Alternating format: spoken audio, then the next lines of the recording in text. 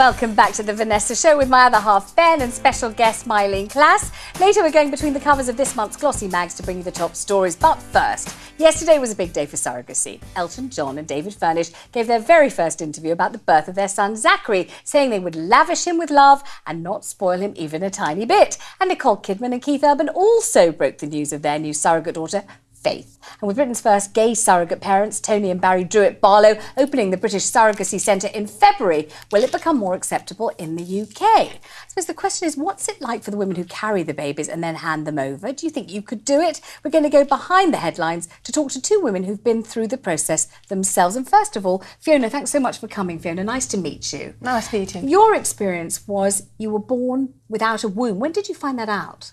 When I was a teenager, because I didn't have periods. And so I was diagnosed when I was about 19. And at that point, I knew that I wouldn't have children myself, and that if I needed to have natural children, or wanted to, then surrogacy would be my only option. At that point, did it still seem rather far-fetched? Did it seem something for other people? It just seemed irrelevant to me at that stage. I was very young, I was at university, and I didn't meet my husband until I was 37, and so I just put it out of my mind and got on with having a good life by myself. And when did it become a real option, something you wanted to look into? Really, when I plucked up courage to tell him about it. And his first reaction was, I love you and I want to have children and I don't see why I can't have both. And then what? Because I think lots of people think, OK, we want to do this. What the heck do we do? Do you look in the yellow pages under surrogacy? What do you do? Well, thankfully, we've got the internet these days. I forgot about that. I haven't got a computer. You've really exposed me right now. I'd look at the yellow pages, exactly what I would do. So what do you do? You log on and do what? You surf through the surrogacy website or something? Yes, it's called surrogacyuk.org. Right. And we went online, read a lot about it, and then joined Surrogacy UK, which is like a social club, really, for people who are interested in surrogacy. And are you looking at everybody thinking, could you bear my child? Might I ask you? How does it work? Well, as an intended parent, you don't ask, you wait for someone to offer to you. Right. And essentially you go along to various social events and hang out in pubs and restaurants, and twice a year there are information sessions and conferences. And you literally, it's a bit like dating. You wait until someone asks you out, and then you start getting to know each other over a period of about 3 to 6 months. The angst involved in that. Yeah. Trying to eat a vol au vent delicately, hoping someone will choose you. How weird. Yeah, it's usually sort of deep fried chips, but yes, it's the same principle. So eventually a couple did choose you and your husband. Yes. And it seems you clicked sort of magically straight away. You just liked them and they liked you, and it was a very warm, instant rapport.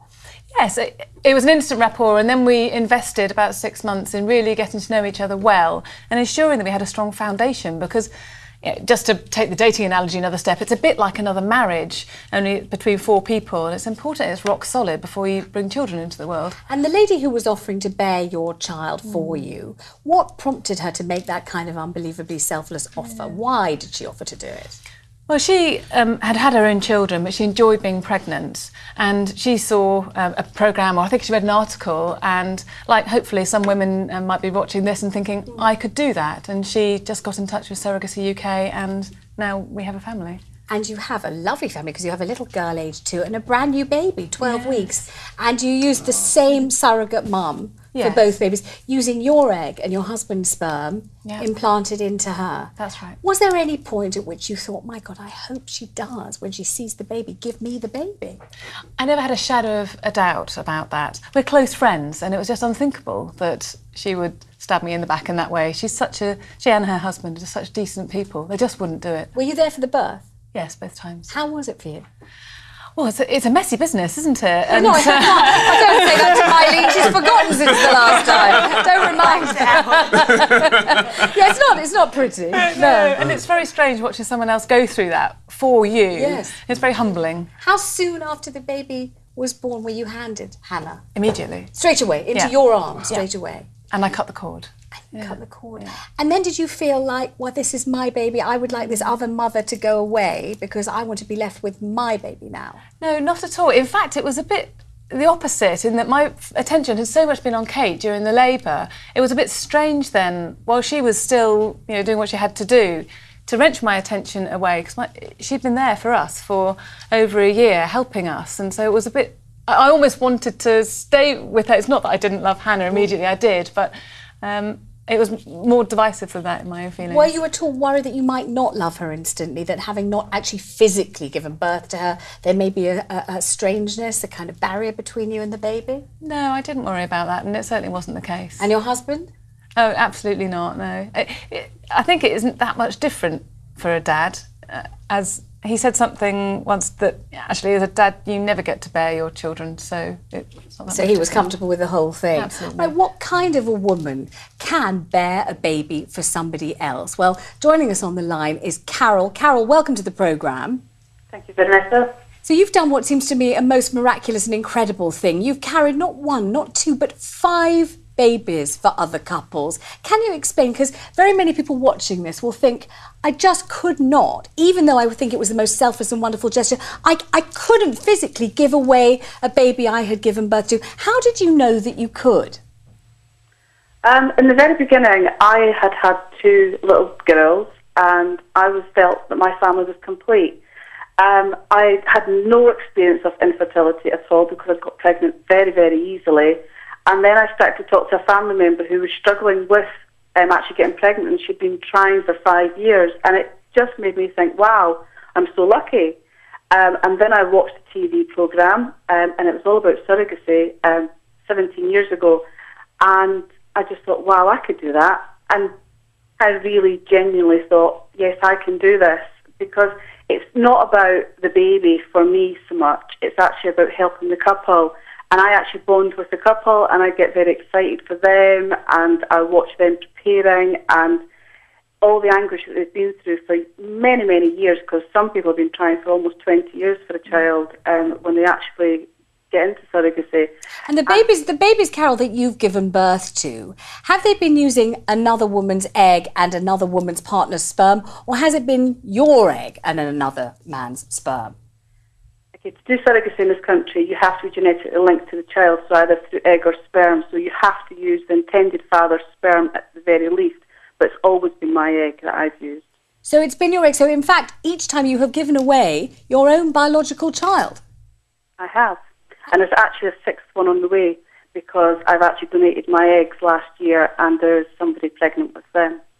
I mean, Mylene, if she explains how she feels now at 6.5 months pregnant, in terms of tired, in terms of, I can go through the whole list of symptoms, and I remember them so clearly: bleeding gums, need to wee every 2 seconds, all of that. As your producers know. I mean, it's not an easy thing to be pregnant. And these women are completely selfless. I have no idea from start to finish how they've done it, and I just think their halos are sparkling. They're amazing. These aren't women, these are angels. Explain, Carol, are you an angel or are you a human being? When it comes to the bit where the baby's born and the cord is cut and you hand the baby, which is your own biological child, to a woman you don't know all that well, to take away and bring up somewhere else, how does it feel? Do you ever feel like you just can't do it? Some of the people I have given birth for, I have known very, very well. The last couple I gave birth for, I've known for 5 years. So it's not a complete stranger. I have got to know these people very, very well. And you've just spent possibly the last 18 months building up to the birth.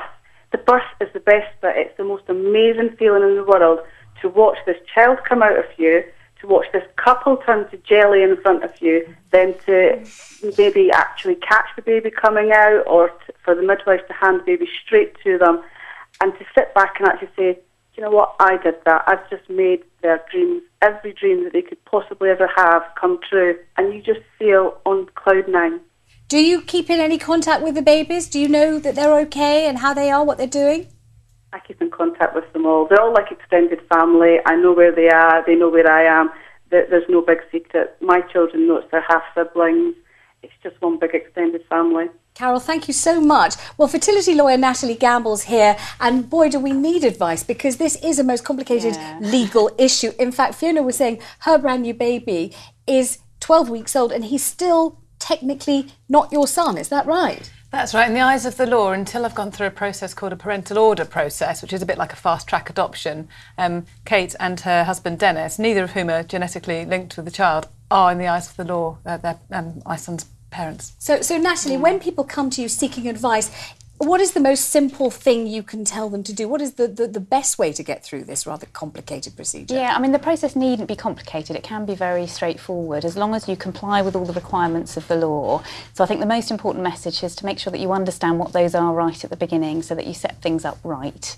So there are a number of criteria that you have to meet relating to payments and relating to the biological connection. And just tell us what they are. Payment is effectively banned in this country. You're not allowed to pay a surrogate mother any more than expenses, are you? Yeah, you can pay reasonable expenses, or alternatively ask the court to authorise the payment if you've paid more. But it's much more straightforward if you've only paid reasonable expenses.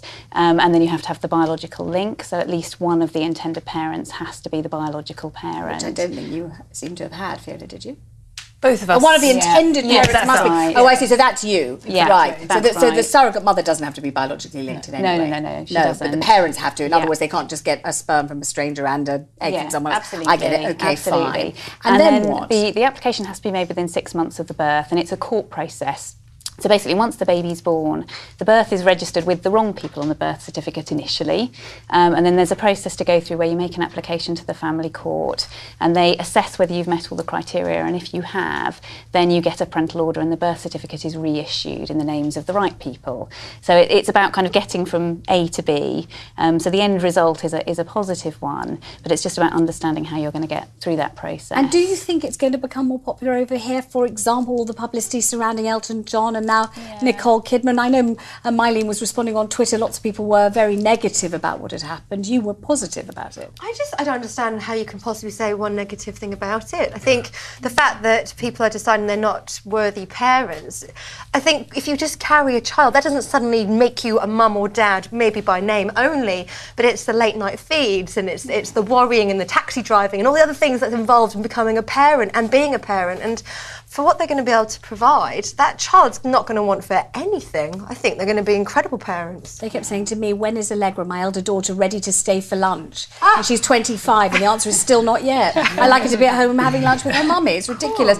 Thanks to Carol, Fiona and Natalie. And don't forget, we do want to hear from you, whether it's love troubles, DIY nightmares, or you want to help with your health. If you need a shoulder to cry on or a helping hand, let us know and we'll do our very best to help. You can email the Vanessa Show at 5.tv. We'd absolutely love to hear from you. Mylene and Ben are back after the break. We're going between the covers of this week's magazines to find the one article you should be reading at the hairdressers. If you buy your daughter a train and your son an ironing board, will they still revert to stereotype? We'll find out in a moment.